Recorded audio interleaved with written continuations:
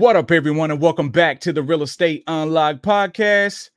I am your host, Joseph Marohn, and today we're going to be covering an absolute must-know topic if you're investing in real estate. I'm talking the only real way to know if it's a deal or no deal. One of the most valuable skills to learn in your real estate business. Today, we're going to be covering the importance of underwriting. Underwriting is the process that investors, lenders, or other financial stakeholders evaluate to help determine the financial risks involved in purchasing a property. This process includes analyzing the property's value, market conditions, potential rental income, and total expenses. Effective underwriting helps in making informed decisions, mitigating risks, and ensuring that the investment aligns with the financial goals and risk tolerance of that investor. Now, if underwriting and deal analysis is something you still need a better understanding of, then stay tuned because we're going to show you exactly what to look for in a deal, how to mitigate your risk, and help you better understand what your exit strategy is so you can maximize your cash flow. Now, you know how we do it on the Real Estate Unlocked podcast. If we're going to do it, we got to do it right. We can't just bring on anyone to speak about underwriting. We got to bring on the creative engineer of underwriting. Today, our special guest on the podcast is Mr. Michael Mnatsakanian. Michael's an Army veteran, engineer, and accomplished real estate investor who achieved financial independence at the age of 27. Michael, alongside his wife Sierra, have built an impressive portfolio of over 40 rentals valued at over $10 million, largely through mastering the art of house hacking small multifamily properties and diving headfirst into creative finance. In less than 4 years, they've rapidly scaled their operations, retiring Sierra from her W-2 and becoming a leader in a multitude of real estate investment communities, including Sub2 with Pace Morby and Creative Camp with Rob Abasolo. Passionate about sharing his extensive knowledge in deal structuring, underwriting, and personal finance, Michael is here to guide us through the powerful strategies of creative financing and deal analysis that have significantly enriched their investment journey. So without further ado, I've been talking long enough. Everyone, if you will, please allow me to formally introduce to you Michael Mnatsakanian. Michael, what up, brother? How's your day going? Hey, Joseph, I appreciate it. Thanks for having me on.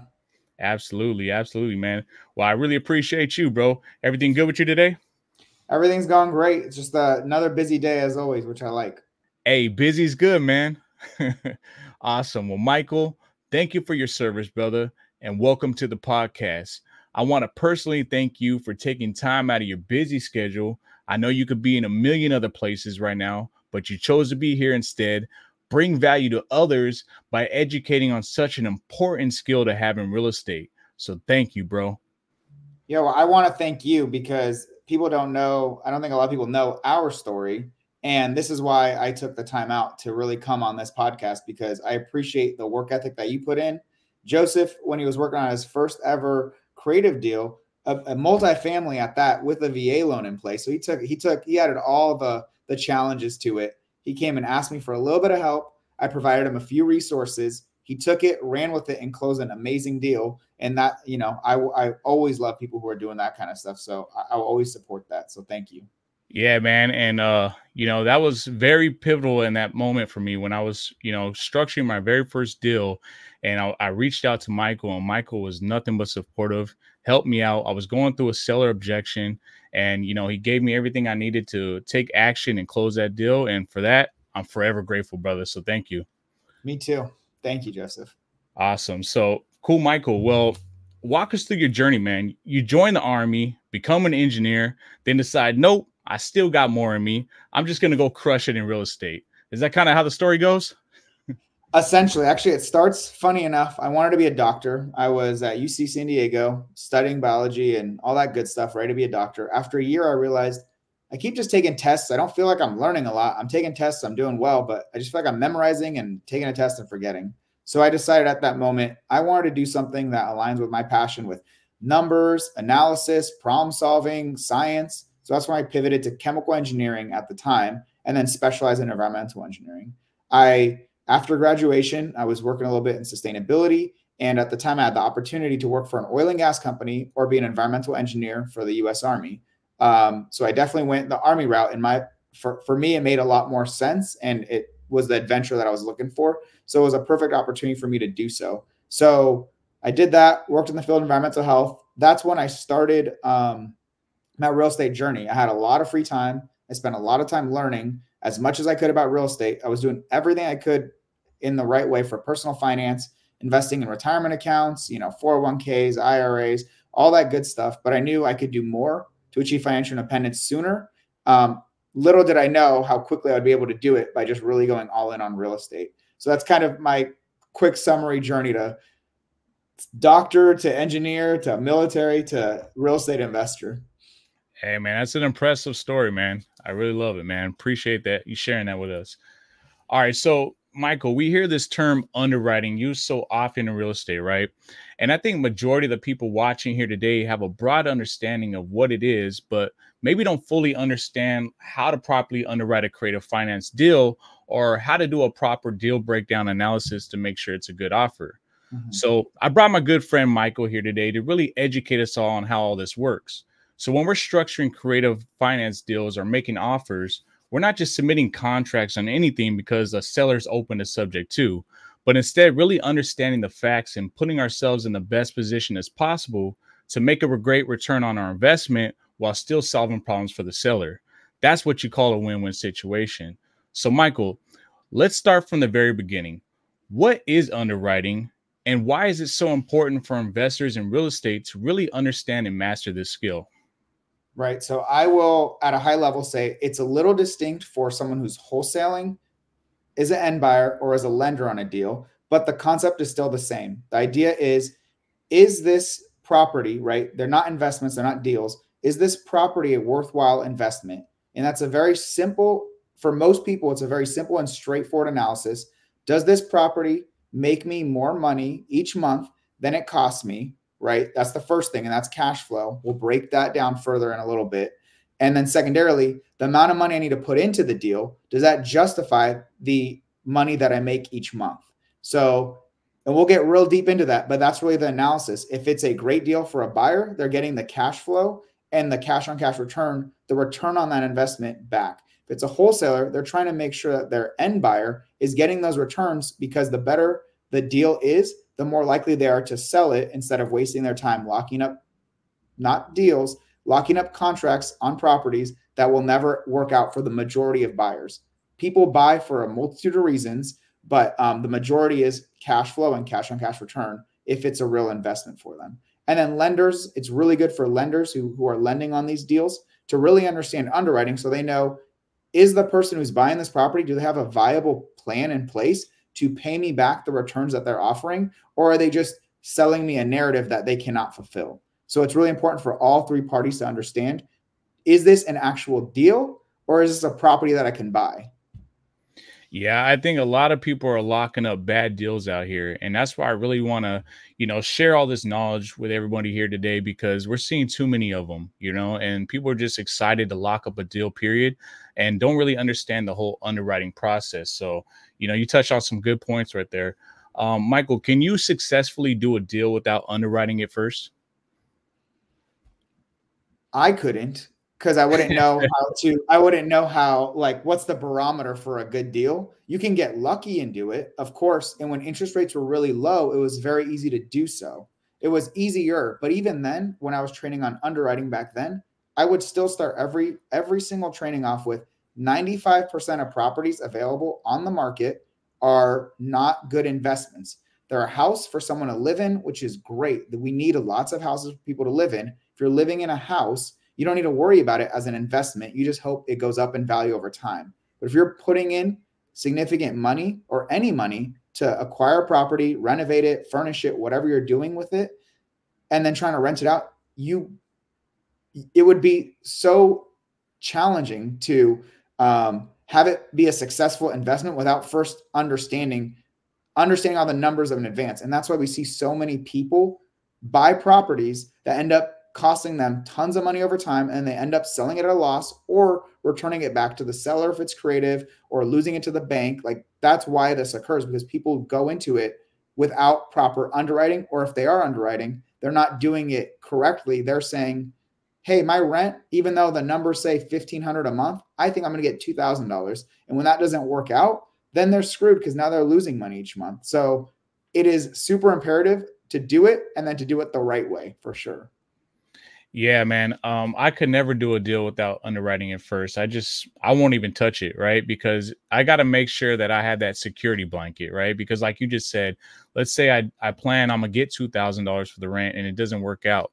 Then I have to drop it down 1,800, 1,700, 1,600. Before you know it, I'm negative cash flow. Or even if I break even on it, what happens if there's a major expense that happens? You know, the HVAC goes out, or there's a problem with the roof. So definitely good points on that. You definitely have to do your due diligence on underwriting. Now, what information do you need when you're about to underwrite a single family versus a multifamily unit? Yeah, so I'm going to stick to smaller multifamily in this scenario, not larger, because then we're talking very different analysis. But the main idea is, a lot of times with multifamily, and I own several small multifamily, all of the utilities are not necessarily split up the same way they are on a single family home. So for example, typically if I'm buying a single family home to rent out, my tenants, if it's just a long-term rental, my tenants are going to be paying their own gas, electric, water, heating, sewer, trash. They're going to pay their own utilities. If they want internet, they pay for it, right? But if it's a multifamily, sometimes you have electric meters for each of the individual tenants, and they can pay their own electric, but water's typically not split. Gas isn't split. Sometimes trash is for the building. So you, as the owner, have to cover those costs or charge them back to your tenants. But that's something you have to understand. You can't just assume that it's the same exact thing as a single family. The advantage of multifamily, especially when they're attached, is typically if you have to replace a roof, you're only replacing one roof for multiple tenants. Typically, you can get much better returns. But when people are buying multifamily properties, they're buying it as an investment in the first place. Rarely does someone accidentally buy it as a house to live in, unless it's intentional, right? They're intentionally living in one unit, renting out the other. Mm-hmm. So you're buying it from another investor typically, and you're competing with other investors to buy those properties. So that's another thing, where a single family home, anyone can buy it at any price if it justifies it for them because they want to live in it. Multifamily, it's very much more likely that it's an investment for people. Yeah, and I think a lot of people, when they do the comps, right, because there's multifamily is a lot different than comping a single family, because, you know, with single family, you can comp all the, you know, all the properties are in that subdivision, and you can base it off, you know, what they sold for. But multifamily is a little bit different on how you comp that, right? So as far as when you're comping, are you comping as far as what the property produces, or are you going off other comps in the area as far as multifamily? It depends. Some places that I own properties, they have a multitude of similar style multifamilies. So you're both looking at comping the after repair value or the value of the property based on what the other ones are being sold for. But you're also looking at it from the perspective of, how does this work as an investment, right? The bigger the multifamily you get into, the less it matters about comps. It's all about, how does this perform as an investment? And that's where terminology like net operating income, cap rates, things like that come more into play than the actual value of the property, because it's just it's a different investment class at that point. Right. So it just depends. If there's comps, awesome, but you're really going to look at it as an investment almost always, because who cares what the property value is if it's losing a bunch of money anyway, like for the most part, I guess. That's right. Really generalized, but yeah. Yeah, it makes a lot of sense. Now, give us some of the key things you're really focusing on when you're getting ready to underwrite a creative finance deal. Like, what are the indicators you're looking at to determine if it's a good deal or not? So the funny part is, it's the exact same as traditional financing. Although you just need to understand the different loan structures when you're buying it creatively versus traditionally. It's the same concept. Cash flow. Am I making more money each month is my income minus my expenses minus my reserves positive? And is the amount of money I put into the deal to acquire it justify the amount of cash flow I make each month? And that's cash on cash return.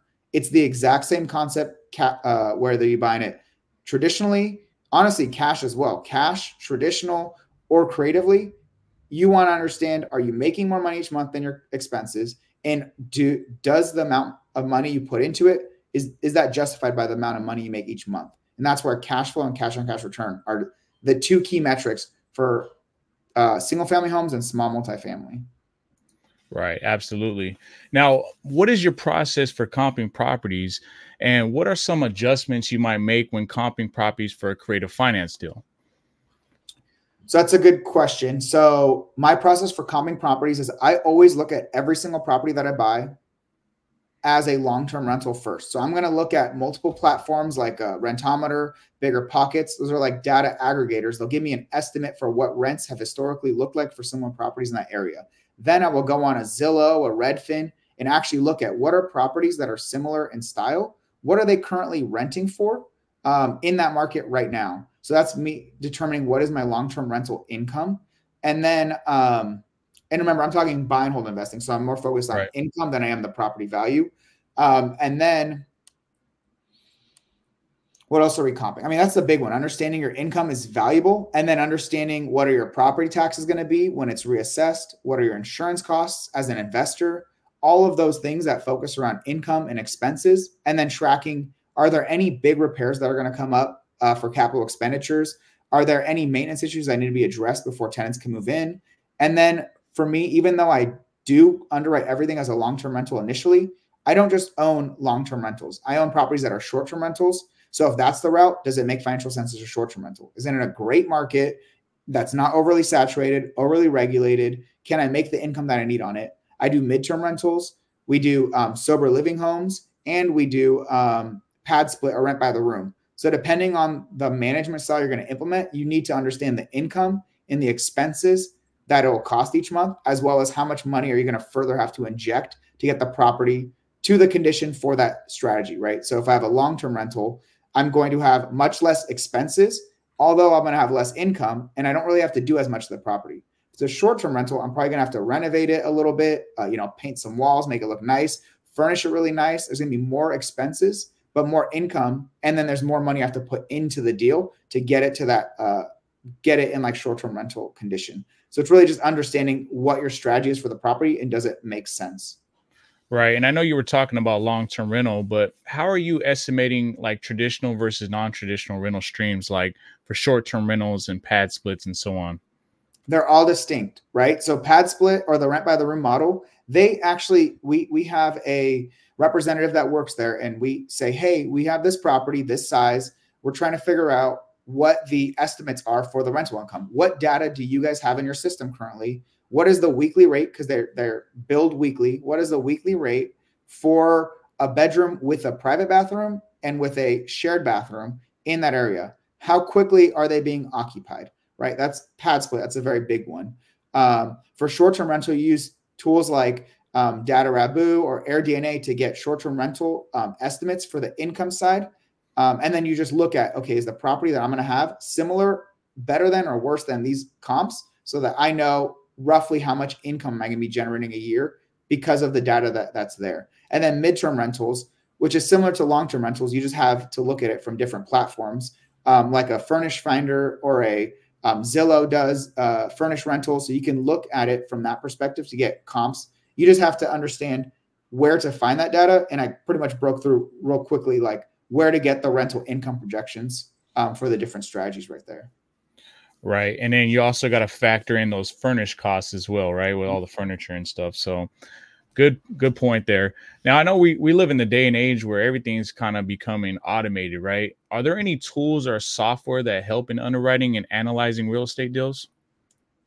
So yes, like I said, like comping is a big part of it. So all those tools I just mentioned are very valuable to be able to estimate your rental income, especially quickly. But then you have to do your due diligence, and then you don't just take a rentometer at face value. You go into Zillow and you look at properties and make sure that, because a data aggregate tool like that does not understand the condition of your property versus one of the other ones being rented, right? It doesn't know if you've upgraded appliances and the one it's comparing to has white appliances versus stainless steel. They don't know when yours was remodeled versus theirs. So you're looking for in-kind, like very similar properties to estimate your rental income based on the success of similar properties in that similar area as yours.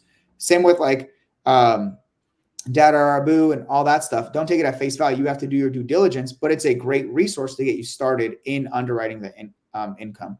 I don't use many other tools outside of the ones I've mentioned, except for my creative finance real estate investing calculator, as well as conventional finance real estate investing calculator. So once I get the data that I need, I plug it into my investing calculator, and it tells me very quickly, is this a deal that hits my ideal metrics for cash flow, cash on cash return, and is it going to work when I use, I purchased all my properties now, the last 10 million approximately, all using partners that are my lenders on the deals. And then I need to make sure, once again, I mentioned like the lender needs to understand, are they going to be able to get paid back well? And that's another feature of the calculator. It tells you, are you going to actually be able to pay back this lender the amount of money that you say you are based on the income that we're seeing on this property? Yeah, that's a good point, man. Because rental meter is basically just a baseline, right? It's a good resource to use, but you shouldn't be, counting on relying 100% on that. You should still do your due diligence. So good points on that. We often hear this term ARV thrown around. What does ARV mean, and how is it calculated? Right. So ARV is your after repair value. That is the most important thing when you're looking at cash transactions, because typically the goal with a cash transaction is that you're going to buy the property under market value, renovate it, and then flip it and sell it to someone else, or you're going to refinance it. You're going to refinance it. It's the BRRRR strategy. You're going to refinance it and keep it in your portfolio. But all that is very contingent on what the property is going to be worth after it's renovated. So ARV is, if this property was fully renovated all the way, what dollar amount would it sell for based on similar properties of similar size and condition in the local area? So that is how you calculate it, is you are looking at properties in that market that have recently sold, typically traditionally, that have sold on the MLS that you have access to. You can see the photos, you can see the condition, the size, you can see how recently it's sold for how much. And then you compare that, typically the dollar per square foot of a property like that, to the dollar per square foot of, or the square foot of your property, to estimate what will be the property value, your property value at the sale. So it's really just determining, if this property was fully renovated, what price can I estimate it would be sold for? And that's very important for cash transactions. It's not as important for creative transactions. You do want to understand what your property is worth. And if you're walking into maybe equity, you're buying it, let's say, at a discount of what it would be worth, but you're really looking to see, once again, cash flow and cash on cash return if you're holding anything in your portfolio.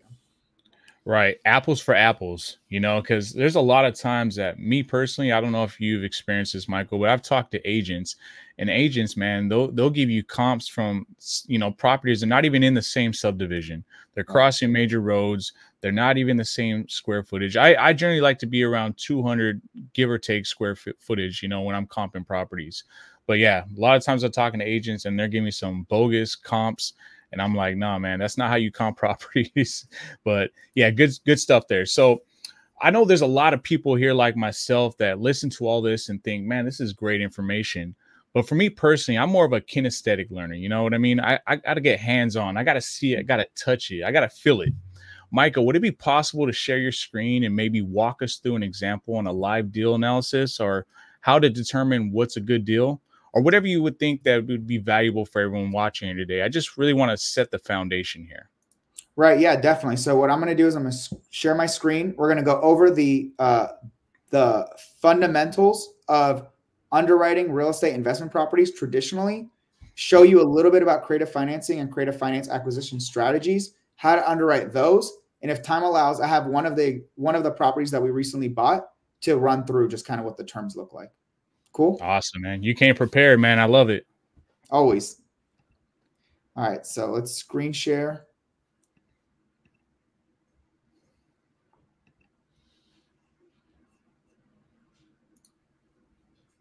Awesome.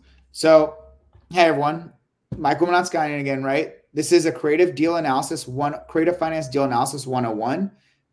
Let's get right into it. The most important piece of this is the way you say it is Mnatsakanian, right? Mnatsakanian. That's my last name. Nice and easy for you all.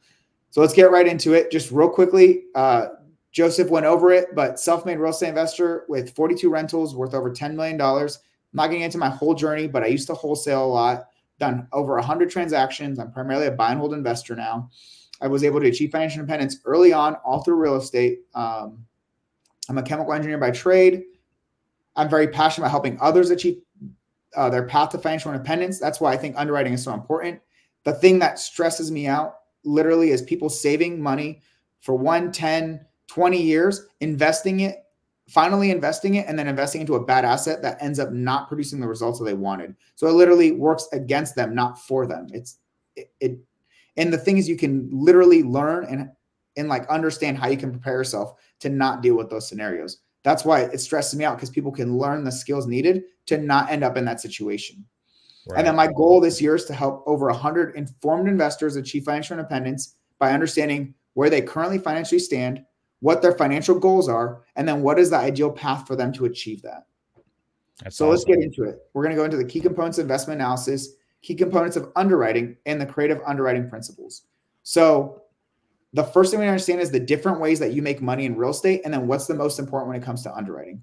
One that we all know about is appreciation, which is properties tend to increase in value over time. Obviously, if a major industry like Detroit, like in Detroit leaves, or something like that happens, obviously, and population goes down or something occurs in that area, property prices will not continue to go up. But historically, property prices go up in value over time, and that's one of the benefits called appreciation. Debt pay down. So every single month, you as the landlord are renting out a property to someone, and there's a mortgage in place. Your tenant is paying you rent, and you're using that to pay the mortgage down. And a component of that is some of it is interest, but then the other amount is paying down the actual loan itself. So your tenant is then paying down the loan on that property for you, and that has a tangible value. That literally increases your net worth every single month. There's a lot of tax benefits for real estate, especially if you become a real estate professional, but the main one is depreciation, where the IRS sees your property as losing value over and says it will lose the majority of its value over 27.5 years. And you can use that to write off a lot of potential income so that you can save on your taxes, right? I guess that's the highest level. There's a lot of tax benefits, the main one being depreciation. And the most important way to make money in real estate is cash flow, especially when you're starting out, because none of these other features of real estate really matter if you're not able to financially support paying for this property. So that's where we're going to focus very much on cash flow, but then also put it into perspective, which I'll highlight. And so cash flow is your profit that's left over each month from your income after paying down your loan, your expenses, and setting aside your reserves. So you see the full way, and we're going to focus on the cash flow. So how do we determine what is a good deal? There's really two key metrics for analyzing investment properties that are single-family homes or smaller multifamily. Cash flow, which is what we've talked about and we'll continue to talk about, which is your income minus your fixed expenses minus your reserves. We're going to break all this down further. And then your cash-on-cash return, which is basically taking your cash flow and understanding, is it justified for the amount of money you have to put into the deal? So you just take your annual cash flow, your cash flow times 12, divided by all the money you have to invest to generate that cash flow on that property. So let's go a little bit further. Your income is your rent and any fees you have. So sometimes we have pet fees. Sometimes there's a laundry on site, whatever it is, there's parking, storage, whatever, all of your income is put into there. Then you have your fixed expenses, which for the majority of properties are going to be your mortgage and loan, taxes, insurance, and utilities that you're responsible for covering, and then your property management if you are paying a property manager. However, even when I self-manage, I still account for that because I want to know that if I decided to stop managing, I want to make sure there's still money to pay the property manager without me coming at a loss for doing so. And then secondarily are your reserves. You need to save approximately, depends on your market, 8% a year of your income, of your monthly income for vacancy, which translates to approximately 1 year of the month your property is sitting vacant. That's what that 8% calculates to. And then you're saving 5% of your monthly rent for maintenance when you got to send a plumber out because there's a little plumbing issue or a light bulb needs to be replaced or whatever. And then another 5% of your total monthly rent for capital expenditures. These are where you're basically saving and setting money aside for big repairs. When your roof needs to get replaced, update your appliances, change out your flooring, that kind of stuff. You want to have that money readily available. So when that expense comes, it's not coming out of your pocket and you thought you were making all this money, and then you inject $20,000 for a big capital expenditure. So that's really the foundation of cash flow. But cash flow only, yeah, questions? Yeah, I was going to say, so we always hear the term cash flow, cash flow, cash flow. Everybody wants cash flow, right? How much should we be shooting for on each property that we are looking to add to our portfolio? Great question. Looks like you looked at my slide deck. No, I'm just kidding. So cash flow only takes you so far. And let me expand on that right now. So you want, and I'll get into what I look for, but you want your properties at minimum to be paying for themselves at minimum. But if they're not generating positive cash flow, you don't know. You can never say that the money I put into it is really worthwhile from a cash flow and cash on cash return perspective. And that's where we're going to get into cash on cash return. This is how you tether how much cash flow do you really need to make this a good deal. So if you cash flow $100 a month, that could be great or that could not be great. If it only costs you $12,000 to generate, to buy the property and get it ready to generate $100 a month, that's pretty solid cash on cash return, because it's $100 times 12, so $1,200 divided by $12,000. Those two divided is 10% cash on cash return. But if it cost you $120,000 to generate $100 a month, you see how it totally shifts. Is that a good return or not? And we'll further dive into that concept, right? And that's why it's so important to understand cash on cash return, not just the cash flow. So what is cash on cash return? Right? It's your annual cash flow divided by the initial money you had to invest to generate that cash flow. Your annual cash flow is just 12 times your monthly cash flow, and your initial money invested are all of your entry costs to acquire the deal, which includes the down payment, any agent commissions, any closing costs, and I call it upfront ready repair costs. So if you need to fix the flooring, paint the walls, clean the house, whatever it is, all that needs to be accounted for as well as your initial money invested, so that you can truly understand, is that cash flow, does it make sense for the amount of all the money I have to put in to acquire that property? And in that, I'd also account any expenses that you're paying, your carrying costs, any expenses you have to pay until that property is rented out as well, because someone still has to pay that money. So it's really important to understand that.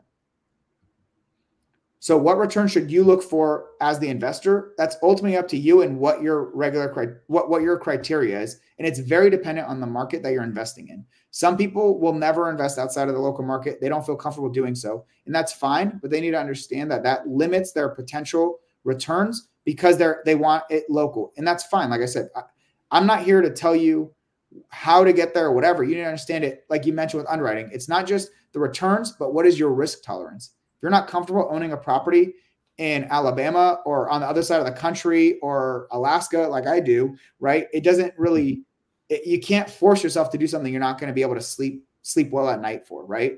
And one thing to understand is that typically the markets that appreciate more in value, they increase in value more, like my market in San Diego where I live and I own properties in, as well as multiple other states.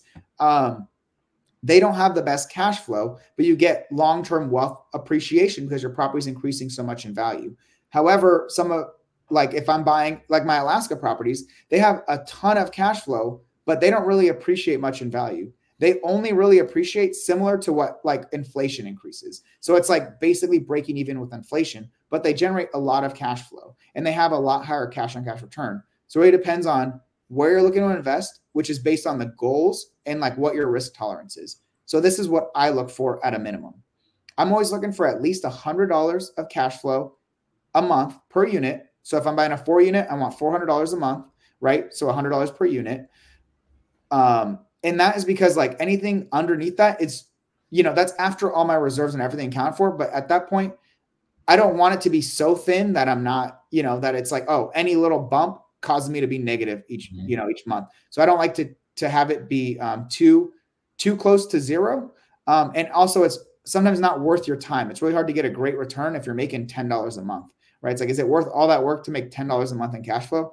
I don't think so. And most of my deals now, because of the way we manage them, are $500, $1,000 plus a month.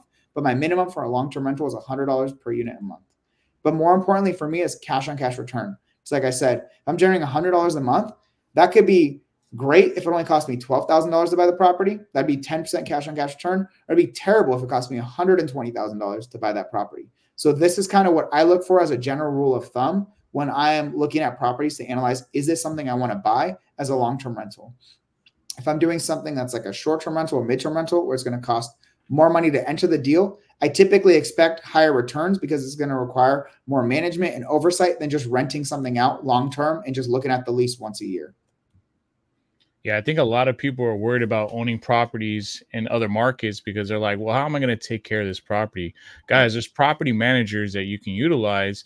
If you find a good one, you know, they're going to take care of your property. They're going to make sure you got, you know, all the right contractors there. Do you use property managers, Michael, or do you kind of take everything yourself?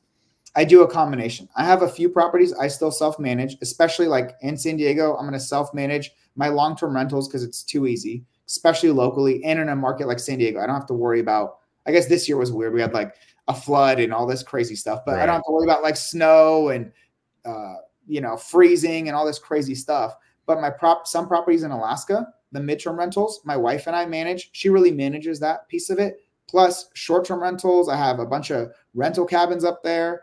I have property managers for that. And then we also, my business partner and I, for some of our other properties, we have in-house property management. So we have a property management company that manage some of our properties, especially depending on the management strategy. They manage it throughout the country for us. So it's a combination of local property management, our in-house property management team, and then self-managing. So everything. That's awesome. Yeah. So let's get into it. I will say with interest rates over 7%, and for investors, it's 8, 9, 10+%, it's very hard to have good cash flow or any cash flow at all. And if you're putting 20, 25% down traditionally, you're going to have very bad cash on cash return if you're not cash flowing. Right? It's going to be negative or virtually non-existent. And that is where creative financing saves the day. So just a caveat, I bought 27, well, that's not true. I bought 9 properties the traditional way. I've bought another 18 creative financing before joining mentorships and learning a lot more about it. And then since then, I've bought in 2023, another almost $10 million of real estate, all using creative financing because interest rates went up so high. There was no way for me to make any financial sense acquiring properties the traditional way. So I just got really great at specializing in creative financing. I had proof of concept because I did it even before joining these mentorships. And now I just go all in on creative financing because it's so much more convenient and the returns are so much better because it's more customizable. And we'll break down what that means. So there are a variety of different ways to acquire properties using creative financing. Here are some of the common ways, and we're just going to focus on the top 3, which are seller/owner financing, purchasing a property subject to its existing mortgage, or hybrid, where it's a combination of there's a loan in place that you're going to take over, and then there's still some equity that you need to pay the seller back on if you're not going to cash them out. We'll get into what that means in the next couple slides. Boom. We're going to focus just on those 3 as the high level. Everything else is kind of a variation or some just further analysis of those 3. So seller or owner financing. This is a type of financing where instead of going to the bank, there's no mortgage in place. The seller, his or herself, owns the property outright. So instead of going to a bank to buy the property, the seller of the property can actually be the one to finance the deal to you. So let's say you have a property that's $100,000. The seller owns it outright. Or in this scenario down here, I have $240,000 purchase price. You come to terms with the seller and you say, hey, are you open to me paying you 10% of that up front, $24,000, and the rest financing it to me? And in this scenario, I show that it's $216,000 is the remainder amount. That's the loan. So now you're just creating the seller is the bank. So you're basically paying the seller every single month like you would a bank. But because you're working with a seller, you don't have to, like a bank, you go to the bank and you say, hey, I want to buy this house. They say, hey, you're going to need to give us 25% down payment. You're going to need to pay us 10% interest. Here's the number of years that the loan is amortized over. They tell you the terms. With a seller, everything is negotiable, and that's why it's amazing. But the caveat for a straight seller financing deal is they need to own the property outright and have no mortgage in place, or their mortgage needs to be so small that whatever money you give them up front pays off the existing mortgage. And the cool thing about structuring it with the seller is it's not just purchase price that you can negotiate. It's the down payment, the dollar amount, or the percent. every single aspect of your monthly payments, interest rate, amortization schedule, which basically how many months would it take for you to pay off that loan? And a typical is 360 months or 30 years. If I did that math right, I don't know. I think it's 360 months or 30 years is typically what it would take to pay off most mortgages. And if there's a balloon, a balloon is basically, even though it would take 30 years to pay off that loan, let's say they want a balloon at 10 years. That means even at the 10-year mark, you have to pay off their loan. And one of the ways to do so is to sell the property to pay off their loan. You can refinance the property to a new loan to pay off their existing loan. You can pay it off from other income sources, but you have to exit the seller out of that loan. Any questions about seller financing? What's your thoughts on balloon payments? A lot of people get worried about that when structuring a deal. As soon as the seller brings up a balloon, they're ready to walk away from it. What's your thoughts on it? So I prefer, especially my low interest subject to loans, that I'm buying a property subject to its existing low interest rate loan. I really am buying it a lot of times for the debt itself, but it's one of many variables that I'm willing to allow if it ends up like making the deal work for the seller. So it depends. What I don't do is 2, 3, 4, 5-year balloons. I need enough time to know that the property is going to increase in value. I've paid off the debt. And if I'm giving them one of these, right? So like, that's the cool thing about seller financing. There's so many levers: the price, the down payment, the monthly payment, the interest rates, the balloon, the terms, all of that is negotiable. So if I'm giving them certain elements, they also need to understand they need to give me certain elements. As long as the deal makes sense, I'll consider it. And what we've incorporated in all of our balloons is 2 clauses. The balloon will extend if I do not have at least 30% equity in the property, right? So I don't own at least 30% of the debt has been paid off. So if that doesn't occur, or the interest rate that I can refinance at is not lower than the interest rate that I currently have with them, the loan continues to extend 1 year at a time until one of those is met. Once one of those is met, then I will have to execute the balloon. So I'm okay with balloons if it's not too short, and if they are open to my clauses in there to allow extensions if it doesn't pan out the way I thought it would over that short enough time period. So the minimum I look for is like 7. I prefer 10. On average, they're between 12 to 25 years for me. So it's really almost insignificant because of the amount of wealth you can generate over that time period. Almost always justifies getting the deal done, even if it means giving them a balloon a decade from now. Yeah, my thoughts are exactly like yours. So good point. Awesome. So let's go into subject to financing. And it's kind of, it's like a misnomer. So all you're doing with a subject to transaction is a seller has a loan in their name still. All you're doing is you are buying the property subject to that existing loan. So you are leaving the loan in place, but you are the buyer. The seller is still responsible for the loan. Technically, it's underneath their name still, but you are going to be the one to make the payments on that loan. As the owner of the property, you get all of the benefits. You get all the tax benefits and all that as well of paying the mortgage, but the mortgage stays in place. So why that typically makes sense, for example, is I'm buying properties with loans still in place, and I don't have to give them as much money down potentially as a seller finance deal. And I'm taking over really, really low interest rates. I think the lowest we have is like 2.25% interest rate, 3, 4, even 4.5% interest rates. If the deal makes sense, this is a good strategy to do so. But what you need to understand is it's not very negotiable. There's not a bunch to negotiate in this scenario. It's not like seller financing because there's still a loan in place. The monthly payments on the loan are going to be the monthly payments on the loan. If anything, they're going to go up a bit because your taxes might go up or your insurance might go up. But the loan payments, principal and interest on the loan payment there's no getting rid of that. That is what it is until you change out that loan. When you refinance it or sell, whatever you do, there's no way to change that. So you can't really juice up your cash flow in that scenario. And the loan amount that you're taking over, you have to, at minimum, take over the loan amount that the seller has in place, right? That you can't really change that very much. This is more so common when the seller is in some form of distress. There is enough motivation for them to be willing to leave the loan in their name and still sell the house to you. This happens commonly when someone has little to no equity. For example, they bought the property somewhat recently and they haven't had enough time to pay down the debt, or they use like a low down payment option. They had a job transfer, or they could no longer afford the payments, or now they have 2 mortgages because they thought this one was going to sell and it didn't, and they need to get out of the payments.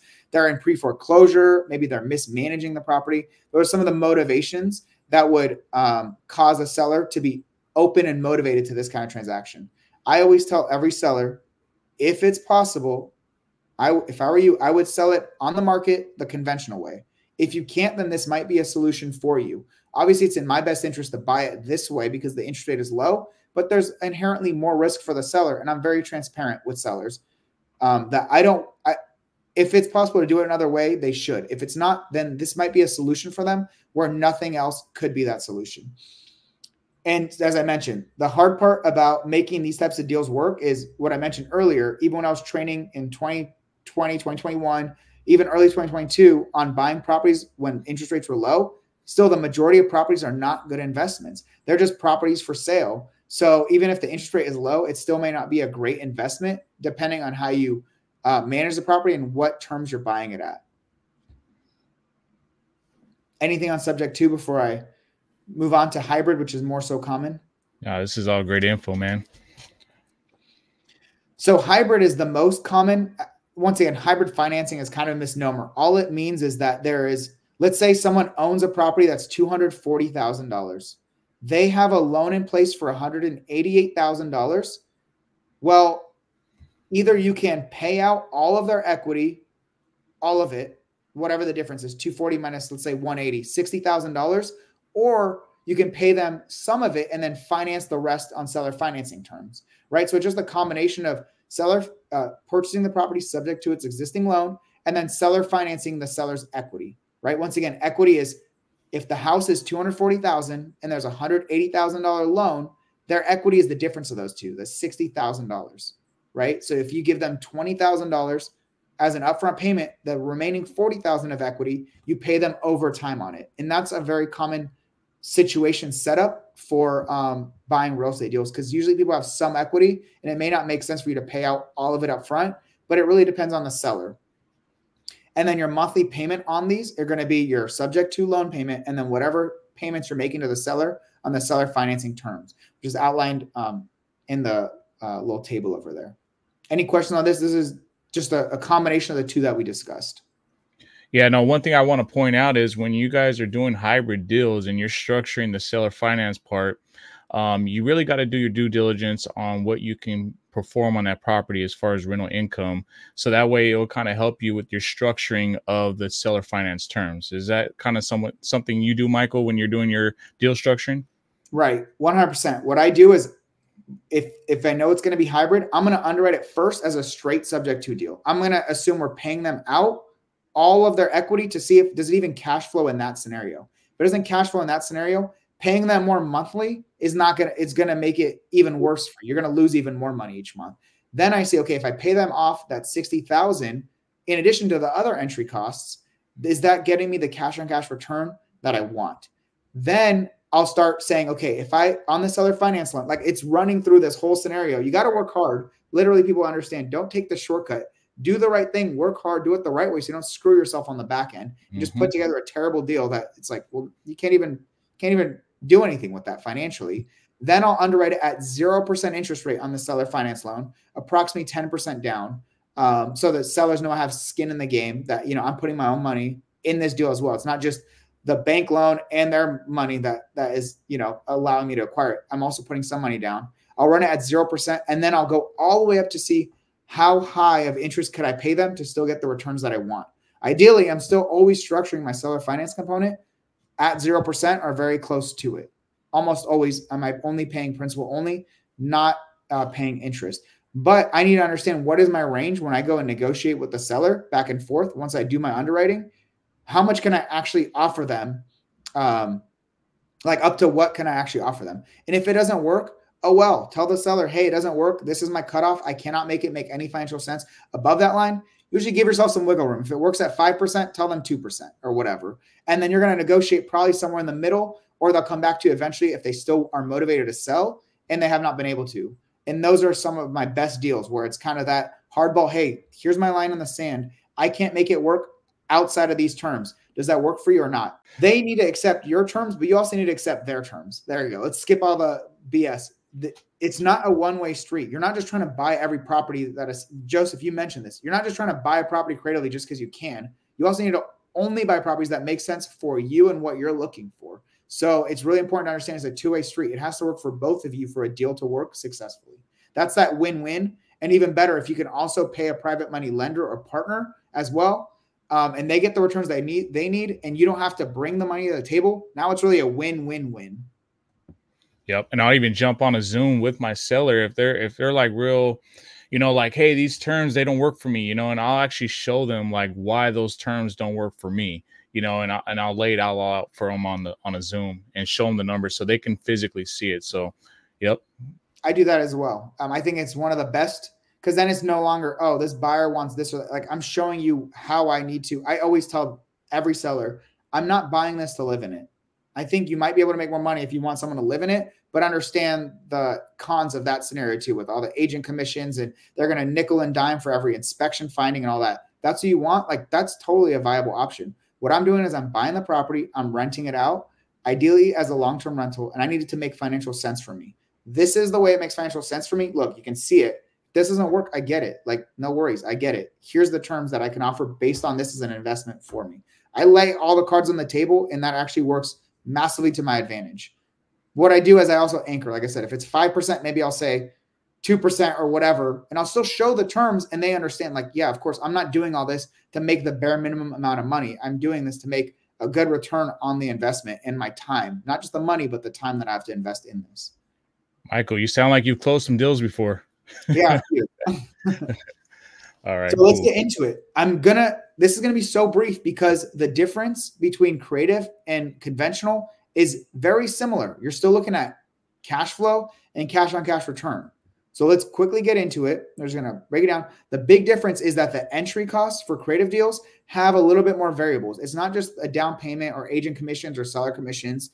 There's a few other things, right? So once again, it's the cash to seller. So that's equivalent of a down payment on a loan.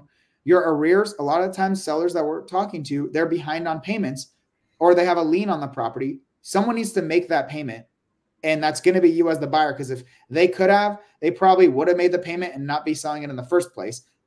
There's agent commissions. Typically, as a creative buyer, you're going to end up paying a portion, if not all of the agent commissions. You can negotiate that, but typically, depending on the deal, the seller doesn't have the funds to pay the agent, nor do they have the equity to pay them, especially on a subject to deal. So you're going to be the one primarily to pay that. There's rehab or renovation costs, cleanup, furnishing, whatever your rent ready costs are. That's still the same. Closing costs, there might be more closing costs in this scenario. There might be less. It depends on the state that you're operating in and what you're trying to do and how many people are involved. There's admin, marketing, exit costs. For me, I lump this into admin costs. And for me, when I'm buying a property, it's under a new LLC, so that costs money. You're going to account for that. You're going to inspect the property. That costs money. It's going to take some maybe marketing costs to take some updated photos, to list the property on a platform. There's an assignment fee typically. If you're doing a creative deal, if you're not generating your own deals, you're going to pay a wholesaler an assignment fee for buying that deal from them. You have to account for that. That doesn't really work in the traditional world. There aren't really, you can maybe have that scenario, maybe more of like a finder's fee, a couple $100, but you're typically paying a good chunk of change, $5 to $15, sometimes plus $1,000 to buy that deal from the wholesaler if the deal justifies it. So just understand that's one of your costs. Any carrying costs you're going to need to get your property ready. I almost always underwrite with at least 3 months of reserves to ensure that my properties have the first 3 months of expenses fully accounted for. So your entry costs are a little different and you have to account for all these parts. I know people have 7-part entry, 8, 9, whatever. This is kind of where I lump mine into these 8. So there we go. Like, that's the biggest difference, is the cash flow is basically the same. Your income minus your expenses. And the only real difference is your loan payment, right? In a subject to deal, you're still paying just the mortgage. You're just paying on someone else's mortgage, right? You're the owner, but you're paying someone else's mortgage. If it's seller finance, the mortgage or the loan payment you're paying is to the seller directly instead of a bank. And if it's hybrid, you're paying the seller finance payment and you're paying the existing mortgage.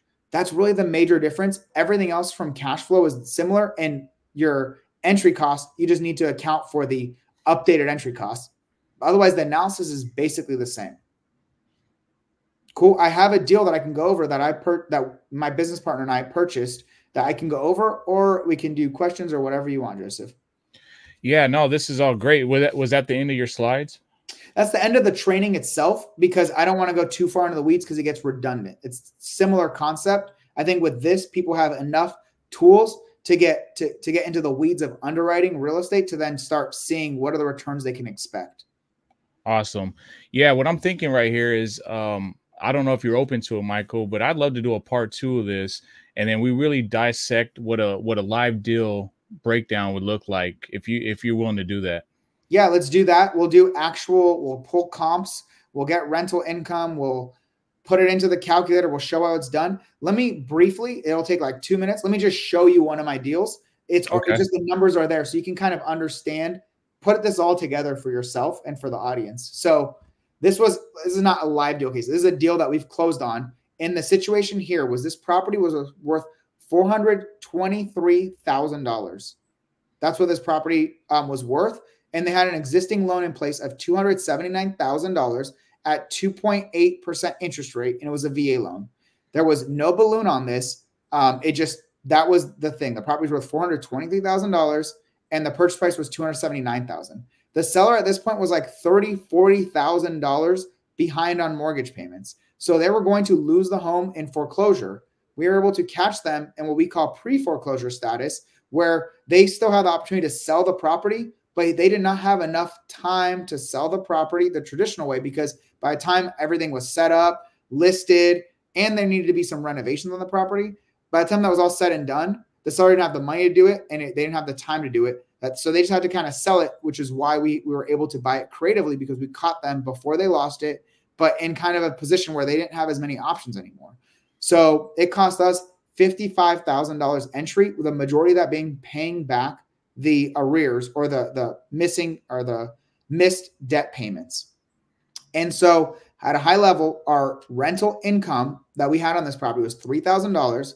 The principal insurance or principal interest, taxes, and insurance, my mortgage payment is $1,850 a month. We had no other expenses because we actually rented this out to a tenant who's covering all the expenses. Our reserves on that property was $600 a month that we were saving. And we were going to pay a private money lender 10% interest to get the money from them to cover all of our entry costs. So we're paying someone else they're bringing the money to buy the property on our behalf. They're paying the money for that. And then we're paying them all their money back at some point, plus 10% interest on the money that they lent us. Of that $55,000, we're paying them 10% interest and then paying them back the $55,000 at some point in the future, typically 1, 2, or 3 years down the future. And they get 10% interest every single month until that payment is made. We had a variety of options for this property. I'm not going to get into the weeds of it. What we ended up doing instead was bringing on a private money partner into the deal. And what that means is, instead of paying someone interest on their money, we actually brought someone on to actually jointly own the property with us. They bring all the money, we bring the deal, and we manage it. They jointly own the property with us. They will get their $55,000 back whenever we sell or refinance the property. And every single month, they get a percentage of the cash flow. In this scenario, 50%. They get a 50% cash flow, 50% of the cash flow and 50% of the ownership every single month that we own the property. And the reason for that is we had a great interest rate. We did not want to refinance that at some point in the future. The private money partner was someone we wanted to work with in general and work with them on future deals. And for us, if someone else is bringing the money into the deal, as long as we're positive cash flow, our returns are always infinite because we don't have any money in the property. We just have our time and skills that went into the property.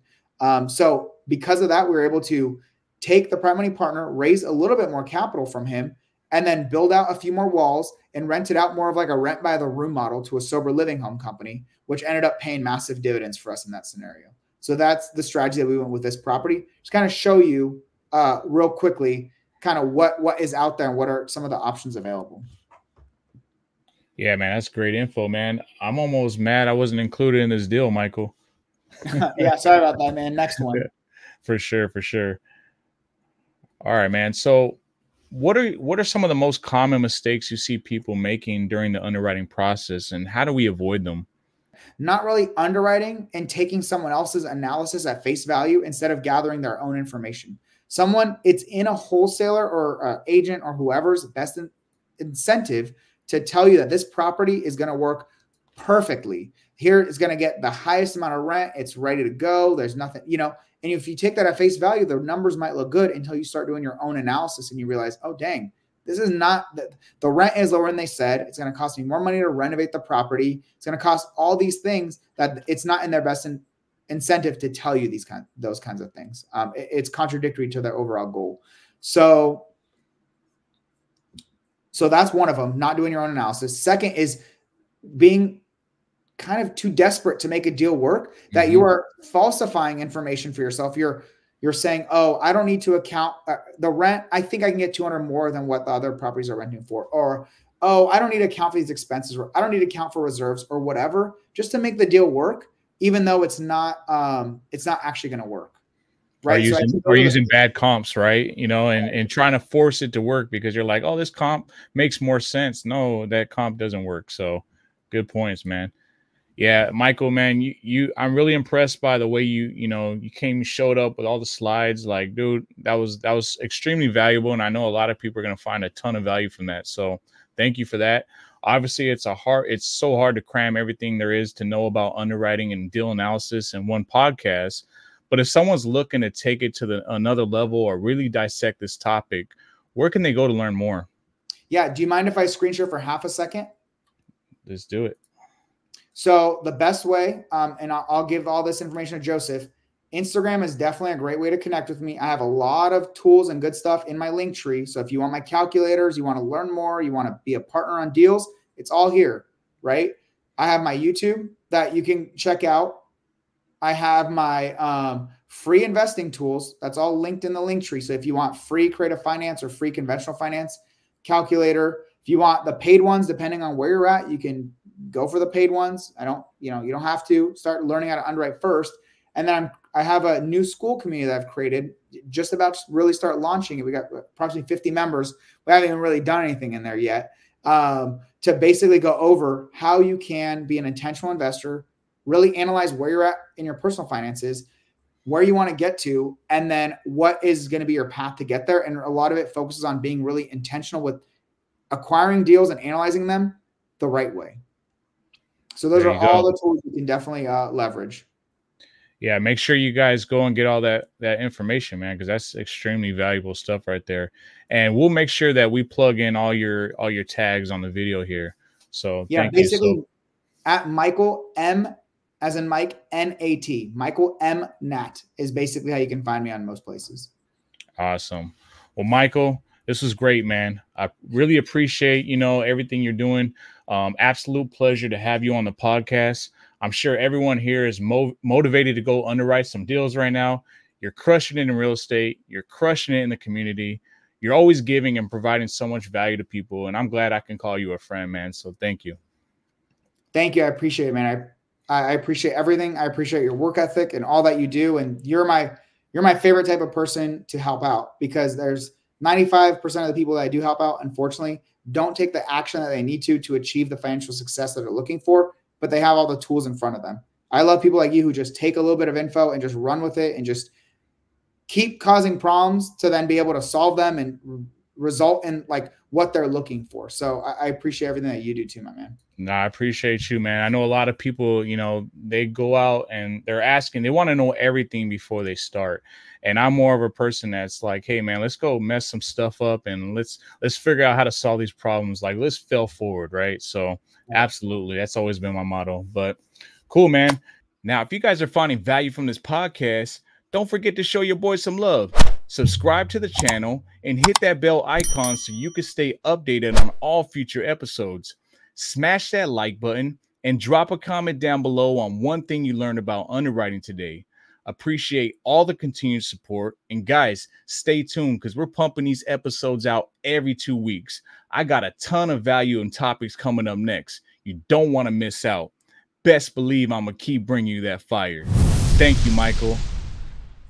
Later.